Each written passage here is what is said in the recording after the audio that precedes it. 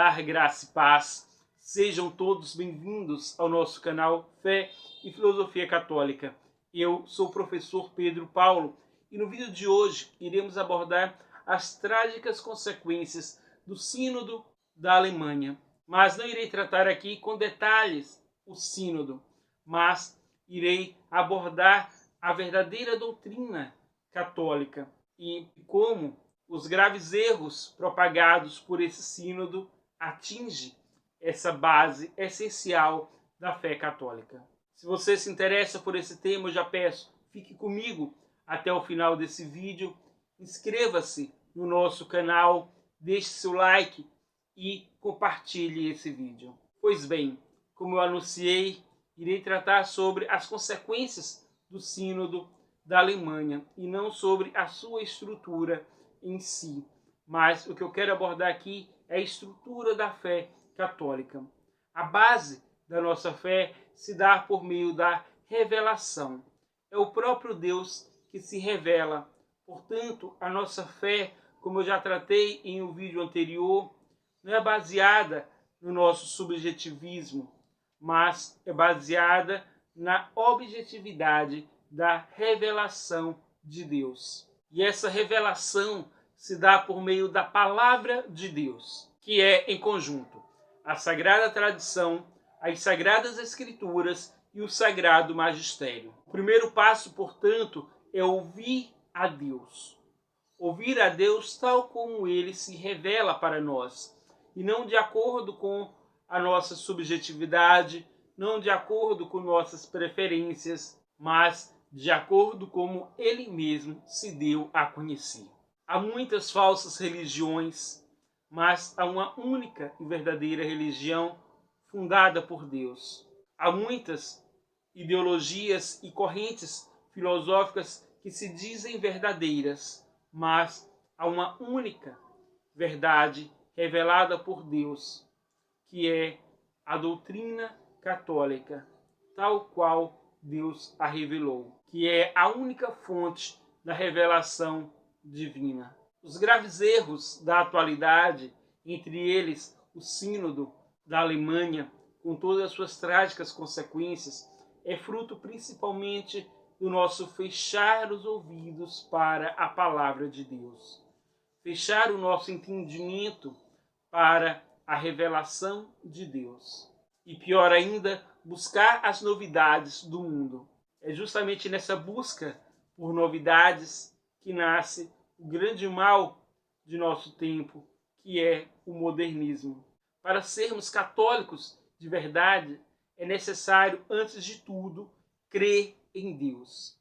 Crer na revelação de Deus. E isso significa, na prática, abandonar toda e qualquer falsa religião, como também abandonar toda e qualquer falsa doutrina, filosofia ou ideologia contrárias às verdades reveladas por nosso Senhor. E volto a repetir, a plenitude da revelação se dá em Jesus Cristo e é manifestada na Igreja Católica, que é o seu corpo místico. Uma vez que conhecemos e acreditamos em Deus, ou seja, temos a fé, a nossa fé deve ser concretizada por meio da obediência a Deus. E a obediência se dá na observância dos mandamentos da lei de Deus. Ou seja, antes de mais nada, é necessário abandonar todo e qualquer pecado. E lembrando que os maiores mandamentos são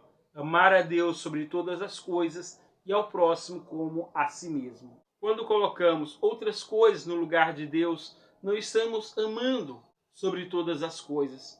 Quando valorizamos questões de ordem política e social e colocamos como prioridade em nossa vida, não estamos amando a Deus. Quando substituímos a verdadeira doutrina, os verdadeiros ensinamentos de Deus e a ordem por Ele estabelecida, não estamos amando a Deus. Se não amamos a Deus, não estamos em comunhão com Ele. E sem essa comunhão, não temos a capacidade de amar, pois Deus é amor. Portanto, quando excluímos a Deus ou o colocamos em segundo plano, é impossível amar a nós mesmos e ao próximo. Toda a tragédia humana que testemunhamos, a desvalorização da vida, o avanço do materialismo e do hedonismo, é reflexo da falta de amor para com Deus, ou seja, o pecado. Todos os demais pecados nascem da falta de amor a Deus. Quando de fato amamos a Deus, amamos ao próximo, que é a sua imagem e semelhança. Ao amá-los, não iremos cometer nenhuma das proibições presentes nos mandamentos, como matar, roubar, trair, enganar, desonrar, enfim, não realizaremos nenhum mal contra aqueles que amamos, nem contra nós mesmos. Crer e obedecer a Deus. Crer e obedecer a Deus tem uma consequência, que é a nossa comunhão com Deus. Comunhão essa que desde a criação era a vontade de Deus.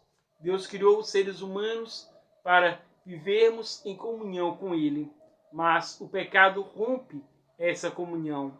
Por isso Cristo se encarnou e com sua paixão, morte e ressurreição salvou o gênero humano, para que todo aquele que se una a Cristo esteja nessa plena comunhão com a Trindade Santa, por Deus revelada.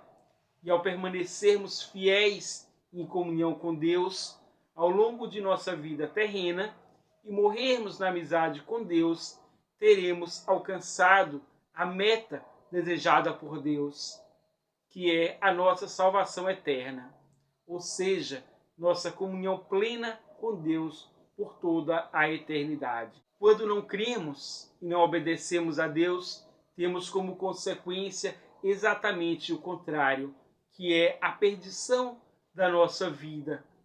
E com a morte no pecado, a maior tragédia, que é a eternidade longe de Deus, ou seja, o inferno. Diante dessa exposição, percebemos a importância fundamental de crer e obedecer a Deus, e o quanto as estruturas atuais são perigosas. Por isso, os membros da Igreja não podem corromper a verdade revelada por Cristo, como muitos, infelizmente, estão fazendo, por exemplo, no Sínodo da Alemanha, que está distorcendo a fé, promovendo a desobediência a Deus, incentivando e valorizando o pecado. Tudo isso sob influência do modernismo e concepções políticas e filosóficas liberais, igualitárias e comunistas. Precisamos, meus irmãos, rezar pelos membros da Igreja, sobretudo pelas autoridades com poder de decisão, para que a verdade esteja a salvo e que a verdadeira comunhão com Cristo permaneça para a vida eterna. A verdadeira comunhão é a comunhão com Jesus Cristo e sua Igreja. Fiquem todos na paz de Deus e, como sempre, aquele abraço.